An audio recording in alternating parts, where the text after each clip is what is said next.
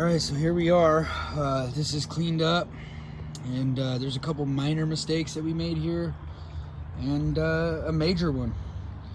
So a couple minor mistakes is, I don't know if you can see that, but we obviously dragged something across here. So that's a minor mistake. I can touch that up, actually. That's not that big of a deal. Let's talk about major mistakes. Major mistake was not getting this thing floated fast enough. So definitely bit off a little bit more than we could chew. You know, I don't ever want anybody on here to think that it's okay for me to bash other people's work and not bash my own. So to me, this is horrible. It's absolutely horrible. You can see the pock marks. Absolutely 100% horrible, especially this zone. Can you see all that pock marks? So, you know, there's no excuses, regardless if you're just learning or whatever it is. When customers are paying you money, there is no excuses. In my situation, I'm lucky. This customer is super cool, and he's not really tripping. But again, you know, I'm my own worst critic, so I don't need other people to bash on my work. I bash on my own work, you know, because I'm a realist. So again, I expect other people's work to be right and tight, and so I expect the same thing of myself. So in my mind, this pad is a fail. Is it going to do what it's intended to do? Yeah, it's going to hold up a jacuzzi over here. But again, look at that. In my opinion, that's trash. And again, if I'm going to get on, pick apart other people's decking and this and that and the other, I'm also going to pick apart my own. So here's my failure that I'm picking on myself. So again, I don't feel any type of way about it. I'm not down on myself. It's just one of those things.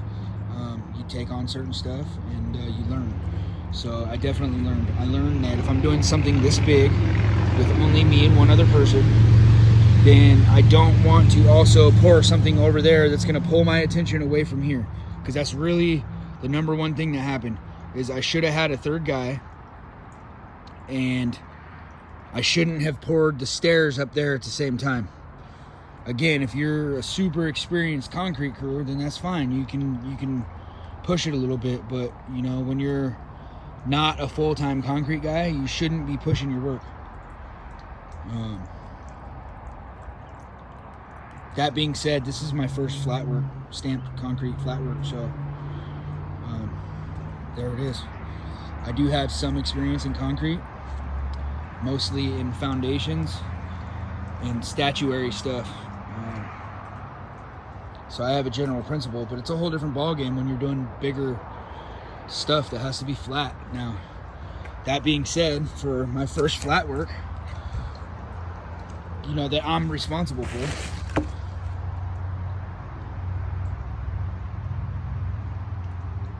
right? It's not horrible as far as flatness is concerned.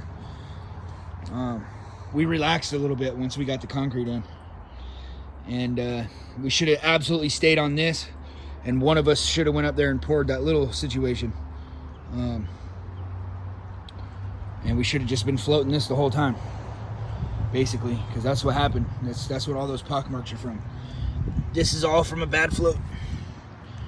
Now, luckily we did a random stone pattern on this,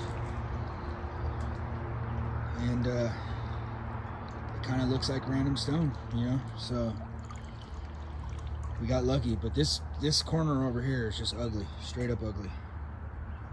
That is ugly. It was our hardest to reach corner, so because we couldn't walk up there because it was dropping dirt onto our situation. So in the future, probably a little bit better setup for what we got going on, and probably not pouring multiple zones in the same spot, and then we'll be fine. The smaller pad that we did just the other day came out fine. So Anyways, that's where we're at. Again, in my opinion, this is epic fail.